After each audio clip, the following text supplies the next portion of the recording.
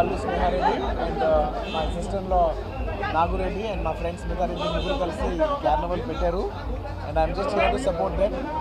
I wish them all the best.